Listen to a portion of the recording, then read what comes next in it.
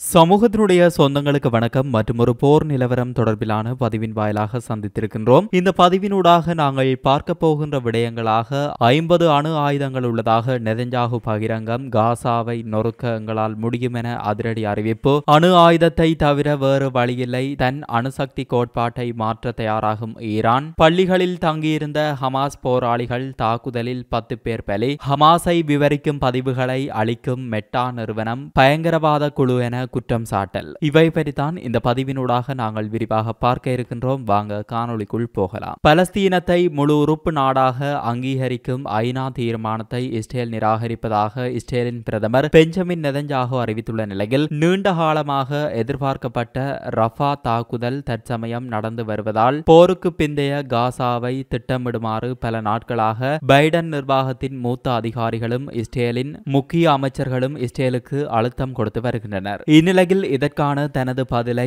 இஸ்ரேலிய பிரதமர் Benjamin Netanyahu இறுதியாக வழங்கியுள்ளார். நேற்றைய தினம் இது குறித்து பதிலளித்த நெதன்யாகு அமெரிக்காவின் அனைத்து கோரிக்கைகளையும் வெளிப்படையாக நிராகரித்துள்ளார். மேலும் தன்னை எதிர்ப்பவர்களுக்கு தக்க பாடம் புகட்டப்படும் எனவும் தெரிவித்துள்ளார். இஸ்ரேலிய ராணுவம் வெற்றி பெறும், அதற்கு மாற்று கருத்தே இல்லை என்று நெதன்யாகு அலுவலகம் வெளியிட்டுள்ள வீடியோவில் கூறியுள்ளார். மேலும் அவர் தெரிவிக்கையில், அமெரிக்க உயர் அதிகாரிகள் மற்றும் அவரது சொந்த பாதுகாப்பு அமைச்சர்கள் இஸ்ரேல் தனது சொந்த பலத்தை மட்டும் கொண்டு ஹமாஸை வெல்ல முடியாது என்று கூறுகிறார்கள். ஆனால் அவர்கள் உண்மையில் இஸ்ரேலின் பலம் அறியாதவர்கள். இஸ்ரேலை சுமார் 50 அணு ஆயுதங்களை வைத்திருப்பதாகவும் அவற்றில் சிலவற்றை கொண்டே காசாவை முழுவதுமாக நிர்மூலமாக்க முடியும் எனவும் நெதன்யாகு வெளிப்படையாகவே எச்சரித்துள்ளார். தங்கள் வழக்கை உருவாக்கும் போது அமெரிக்க அதிகாரிகள் காசாவின் பகுதிகளில் ஹமாஸின் தொடர்ச்சியான எதிர்ப்பை சுட்டிக்காட்டியுள்ளனர். போர் நிறுத்தம் தொடர்பான பேச்சுவார்த்தைகள் முடங்கியுள்ள நிலையில் காசாவில் 7 மாதங்களுக்கு மேலான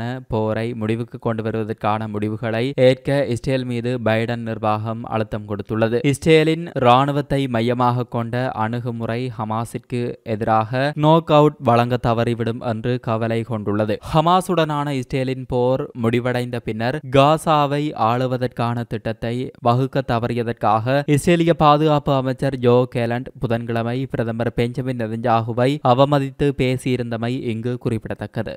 இவ்வாறு இஸ்ரேல் அணு ஆயுதங்களை கொண்டு காசா அளிக்கப்படும் என எச்சரித்ததை அடுத்து மத்திய கிழக்கின் மிக மேம்பட்ட அணுசக்தி திட்டங்கள் மற்றும் மிகவும் சக்தி வாய்ந்த இராணுவங்களில் ஒன்றை நீண்டகாலமாக வைத்திருக்கும் ஈரான், காசா போரில் அதிகரித்து வரும் பதட்டங்கள் மற்றும் பிராந்தியத்தில் மோசமடைந்து வரும் பாதுகாப்பு நிலைமைகளுக்கு மத்தியில் பேரழிவு தரும் அணு ஆயுதங்களை உருவாக்குவதற்கான தங்கள் நாட்டின் உத்தியோகபூர்வ தடையை மறுபரிசீலனை செய்ய தொடங்கியுள்ளதாக தெரிவித்துள்ளது. இந்த நடவடிக்கை சொந்த அணு ஆயுதங்களை வைத்திருப்பதாக அறியப்படும் இஸ்ரேல் மற்றும் அமெரிக்காவால் கடுமையாக எதிர்க்கப்படுகிறது. அவர்களில் உச்ச தலைவர் அயதுல்லா அலி ஹமேனியின் மூத்த ஆலோசகரும் முன்னாள் வெளியுறவு அமைச்சருமான கமல் கராசி ஈரான் தற்போது அணு ஆயுதத்தை உருவாக்கவில்லை என்று கடந்த ஞாயிற்றுக்கிழமை மீண்டும் வலியுறுத்தியுள்ளார். ஆனால் ஈரானின் இருப்பு அச்சுறுத்தப்பட்டால் நாங்கள் எங்கள் அணுசக்தி கோட்பாட்டை மாற்ற வேண்டி வரும் எனவும் எச்சரித்துள்ளனர். பிரதமர் பெஞ்சமின் நெதன்யாகு அச்சுறுத்தியதைப் போல ஈரானின் அணுசக்தி வசதிகளை இஸ்ரேல் தாக்க முற்பட்டால் அத்தகைய நடவடிக்கை சாத்தியமானது என்று அவர் கூறியுள்ளார்.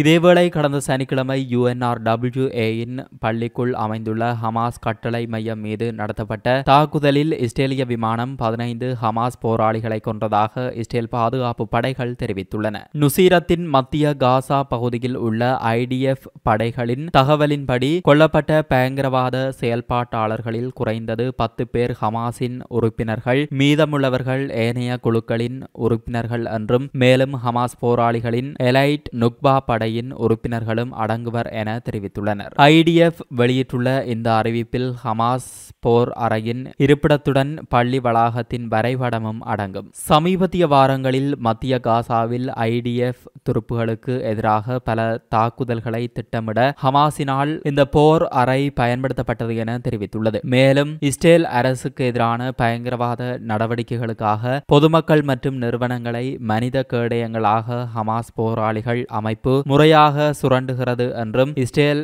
ராணுவம் தெரிவித்துள்ளது. இஸ்ரேலிய அதிகாரிகள் காசாவில் அதன் அதிகாரத்தை பறிக்க வேண்டும் என்றும் ஹமாஸின் அக்டோபர் 7 தாக்குதலில் ஏஜென்சியின் ஊழியர்கள் பங்கேற்றனர் என்ற குற்றச்சாட்டுக்கு மத்தியில் UNRWAக்கு பணம் கொடுப்பதை குறைக்க வேண்டும் என்றும் கோருகின்றனர். மனிதாபிமான உதவிகளை விநியோகிப்பதில் இஸ்ரேலிய அரசாங்கம் UNRWAவை தவிர்த்து வருவது குறிப்பிடத்தக்கது. இந்நிலையில் ஹமாஸ் தலைவரான இஸ்மாயில் ஹனியேவுடன் மலேசிய பிரதமர் அன்வர் இப்ராஹிம் சந்தித்ததை காட்டும் ஃபேஸ்புக் இடுகைகளை மெட்டா நிறுவனம் அளித்துள்ளதாக ராய்ட்டர்ஸ் செய்தி நிறுவனம் தெரிவித்துள்ளது. பலஸ்தீனிய போரில் மக்களுக்கு ஆதரவாக குரல் கொடுத்து வரும் மலேசிய பிரதமர் திங்களன்று கத்தாரில் ஹமாஸின் அரசியல் தலைவரான இஸ்மாயில் ஹனியேவினை சந்தித்தார். இவர்களின் சந்திப்புகள் குறித்த புகைப்படங்கள் ஃபேஸ்புக்கில் வைரலாக பரவி வருகின்றன. இந்நிலையில் உள்ளூர் செய்தி நிறுவனங்கள் பதிவுகளை அகற்றுவதாக மெட்டா நிறுவனம் முடிவு செய்திருந்தது. இதற்கு மலேசிய அரசாங்கம் சார்பில் இருந்து கடும் எதிர்ப்புகளும் வெளிவந்தன. மேலும் இந்த நடவடிக்கைகளுக்கான விளக்கம் கேட்டு மெட்டாவுக்கு ஒரு கடிதமும் அனுப்பப்பட்டது மற்றும் சமூக ஊடக நிறுவனங்கள் தங்கள் தளங்களில் பலஸ்தீன சார்பு உள்ளடக்கத்தை தடுப்பது கண்டறியப்பட்டால் மலேசியாவால் அபராதம் விதிக்க நேரிடும் என்று எச்சரிக்கையும் விடுக்கப்பட்டது. இதன் அடிப்படையில் 2 இடுகைகள் மெட்டாவால் பிழையாக அகற்றப்பட்டு இப்போது மீளப்பெறப்பட்டுள்ளன. இவ்வாறு மெட்டா செய்தி தொடர்பாளர் ராய்ட்டர்ஸிடம் தெரிவித்துள்ளார். மெட்டா ஹமாஸை ஆபத்தான அமைப்பு என்று நியமித்துள்ளது. இதனால் ஹமாஸ் சார்பு உள்ளடக்கத்தை தடை செய்து வருகிறதும் குறிப்பிடத்தக்கது. இந்நிலையில் இஸ்ரேலிய படைகள் ஆக்கிரமிக்கப்பட்ட மேற்கு கரையிலிருந்து குழந்தைகள் மற்றும் முன்னாள் கைதிகள் உட்பட குறைந்தது 12 பலஸ்தீனியர்களை ஒரே இரவில் கைது செய்துள்ளதாக பலஸ்தீனிய கைதிகள் சங்கம் தெரிவித்துள்ளது. ரமல்லா, ஹெப்ரோன், ஜெனின், நப்லஸ், துபாஸ் மற்றும் ஹெல்கிலியா ஆகிய கவர்னரேட்டுகளில் கைதுகள் நடத்தப்பட்டன. மேலும் இஸ்ரேலிய வான்வழி தாக்குதல்கள் வடக்கு காசாவின் ஜபாலியாவை தாக்கி வருகின்றன. அங்கு இஸ்ரேலிய ராணுவம் பலஸ்தீனிய போராளிகளுடன் கடுமையான துப்பாக்கிச் சண்டையில் ஈடுபட்டு வருவதாக சர்வதேச ஊடகங்கள் தெரிவித்து வருகின்றன. நேற்று இஸ்ரேலிய ஜெட் விமானங்கள் நகரின் சில பகுதிகளை அடிக்கடி சோதனை செய்ததால் இஸ்ரேலிய டாங்கிகள் மற்றும் துருப்புகள் ஜபாலியாவின் மக்கள் தொகை அதிகமுள்ள பகுதிகளுக்குள் நுழைந்ததாக தெரிவிக்கப்பட்டது. ஒரு இஸ்ரேலிய தாக்குதல் ஒரு குடும்ப வீட்டை தாக்கியது, காயங்களை ஏற்படுத்தியதுடன் குறைந்தது 4 பேர் கொல்லப்பட்டதாக வஃபா செய்தி நிறுவனம் தெரிவித்துள்ளது. இத்துடன் இந்த பதிவானது நிறைவுக்கு வருகிறது. இந்த பதிவு பற்றிய உங்களது கருத்தை கமெண்ட்ஸ் பக்கத்தில் பதிவிடுங்கள். மற்றொரு போர் நிலவரம் தொடர்பிலான பதிவின் வாயிலாக மீண்டும் சந்திப்போம். நன்றி, வணக்கம்.